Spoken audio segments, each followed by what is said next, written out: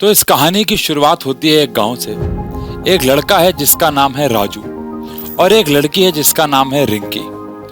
दोनों के दोनों बड़े हो चुके हैं, अपनी पढ़ाई खत्म कर चुके हैं, अपने कॉलेज को भी खत्म कर चुके हैं और इन दोनों में प्यार हो जाता है। अब ये दोनों क्योंकि गांव से बिलोंग करते हैं तो इनकी फैमिली को ये नहीं पता होता है, क्योंकि ये फैमिली से छुपाते हैं और फैमिली को नहीं बताते हैं एक्चुअली में कि हमारे बीच में क्या चल रहा है।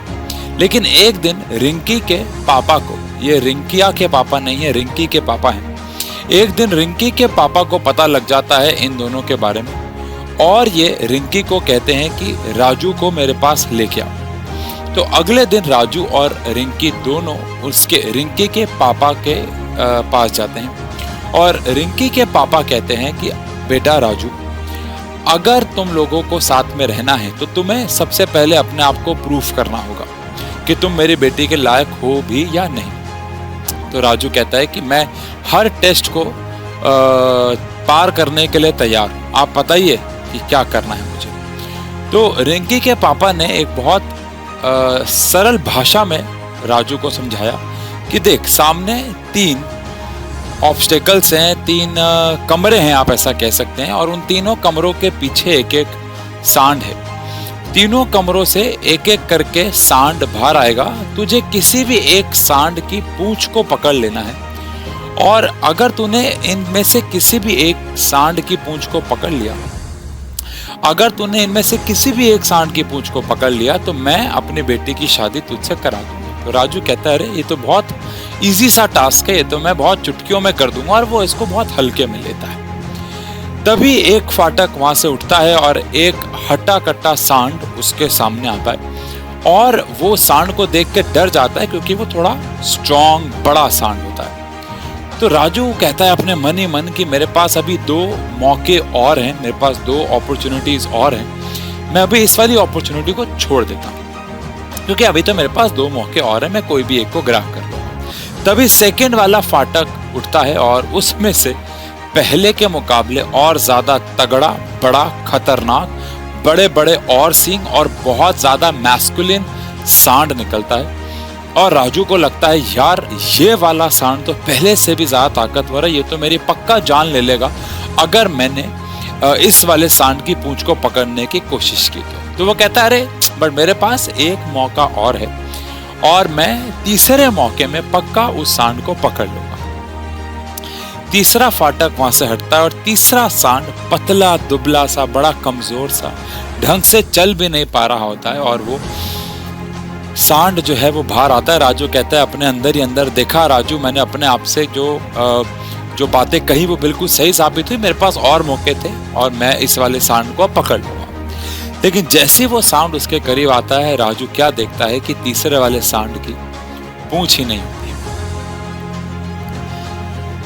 इस बात से, इस कहानी से पता नहीं आप क्या समझ पाए क्या नहीं समझ पाए, लेकिन क्या समझना था, देखो राजू और रिंकी की शादी हुई या नहीं हुई, इससे आपको लेना देना नहीं होना चाहिए। आपको लेना देना होना चाहिए कि इस कहानी से आप क्या समझे।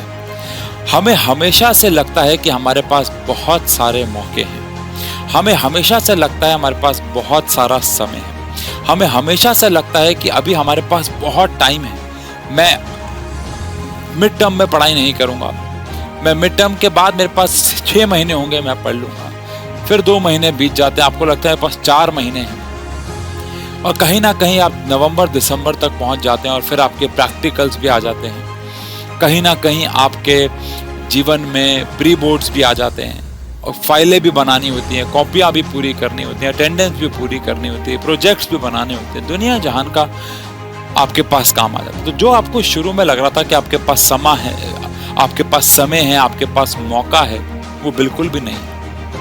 हमें हमेशा से लगता है कि हमारे पास बहुत टाइम है, बहुत समय है, बट वो कहीं ना कहीं हमारे पास होता नहीं। अब आप में से बहुत सारे बच्चों ने यही सोच सोच के अपने मिड टर्म के एग्जाम्स को हो सकता है खराब किया, हो सकता है बहुत सारे बच्चों ने अपने शुरू से ही पढ़ाई पे फोकस करके अपने मिड टर्म एग्जाम्स को बहुत बेहतर किया, और हो सकता है आपने अभी तक मेहनत ना की हो, लेकिन कोई बात नहीं, राजू मत बनिए। सारे मौकों का वेट नहीं करना है, क्या पता लास्ट वाला मौका जो आपको लग रहा हो वो हो ही ना आपके पास।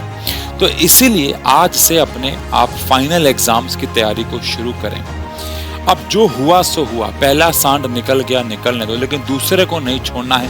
ताकतवर है, हमें पता है पहले से बड़ा सांड है, लेकिन हमें और ज्यादा बल से हमें सेकंड वाले सांड, यानी कि हमारे प्री बोर्ड के एग्जाम्स, अगर आप 10th और 12th के हैं और अगर आप 9th और 11th के बच्चे हैं, तो हमें अपने फाइनल बोर्ड के एग्जाम से, बोर्ड के एग्जाम तो नहीं कहूँगा, लेकिन मैं उनको हमारे जो फाइनल एग्जाम होते हैं उसके लिए तैयारी करनी है। अब उसकी तैयारी के लिए आपको जुट जाना। देखो तरीके क्या हैं, इसके ऊपर बहुत सारी वीडियो मैं बना चुका हूँ, बहुत सारे टीचर्स वीडियो बना चुके हैं तरीके के, और हम और आगे वीडियो बना लेंगे। लेकिन ये वीडियो सिर्फ आपको ये मोटिवेट करने के लिए है कि बहुत समय आपके पास अब बचा नहीं है। आज ही खड़े हों, अपने आप से कसम खाएं कि अपने माँ बाप के सारे सपने पूरे करेंगे और उसका जरिया हम पढ़ाई बनाएंगे। अगर आपके पास कोई और टैलेंट नहीं है तो आपके पास एक लौता तरीका जो है वो है पढ़ाई, जिससे आप अपने माँ बाप के सारे सपने, अपने खुद के सारे सपने और अपने माँ बाप, अगर आपके माँ बाप बुरे हालात में, तो उनको हमें बाहर निकालना है। ये सबसे बड़ी मोटिवेशन माने, और आज से ही हमें मेहनत कर देनी है शुरू। अगर आपने अभी तक पढ़ाई नहीं की है तो हम लोग YouTube पे बहुत ज़ोरों शोरों पे टर्म 2 की पढ़ाई शुरू करने वाले हैं। लाइव टर्म 1 की भी हमने बहुत सारे वीडियोस, वन शॉट डाले। एक्सपेरिमेंट्स के 9th 10th 11th के वन शॉट्स बहुत बेहतर तरीके से आते रहेंगे आपके पास, आप कोई भी क्लास के हो, डाल भी रहे हैं, आते भी रहेंगे, वो नहीं रुकेंगे। और अगर आपको प्रॉपर मेंटोरशिप चाहिए तो उसके लिए हम लोग एक नया कोर्स भी लेके आए हैं जिसका नाम है fast track. Fast track course की सारी डिटेल्स आपको नीचे डिस्क्रिप्शन में मिल जाएंगी। यहाँ पे आपको टर्म 2 का सिलेबस प्रॉपर तरीके से कराया जाएगा और टर्म 1 का जो आपका छूट गया वो आपको फास्ट ट्रैक में कराया जाएगा टर्म 2 का सिलेबस खत्म होने के बाद। इस बैच को इस तरीके से बनाया गया है कि अगर आपका टर्म 1 नहीं भी हुआ है तो भी आपके टर्म 2 को हम अफेक्ट नहीं होने देंगे। पहले आपको टर्म 2 कराएंगे, उसके बाद लास्ट के 3 महीने में आपको टर्म 1 का फास्ट ट्रैक पे काम कराएंगे। सारी डिटेल्स नीचे आपको डिस्क्रिप्शन में मिल जाएंगी, लिंक मिल जाएंगे। और अगर आप बैच अफोर्ड नहीं कर सकते, मेन पर्पस मेरे यहाँ पे बैच प्रमोट करना नहीं है, अगर आप बैच अफोर्ड नहीं कर सकते हैं तो यूट्यूब पे तो हम आपको पढ़ा ही रहे हैं ज़ोरों शोरों पे। तो प्लीज़ कभी भी आपको अपने जीवन में राजू नहीं बनना है। आपको ये नहीं सोचना है कि आपके पास बहुत सारे मौके हैं, आपके पास मौका सिर्फ एक है और वो है आज, उसको पकड़ना है। ये कहानी मैंने सुनी थी कुमावत सर के मुँह से जब मैं कोटा में था राजस्थान, और इस कहानी ने मुझे बहुत एक प्रकार से इमोशनल कर दिया था कि मैंने भी अपनी लाइफ में पास्ट में ऐसे बहुत सारे मौके गंवाए जो मुझे नहीं गंवाने चाहिए थे। Thank you so much.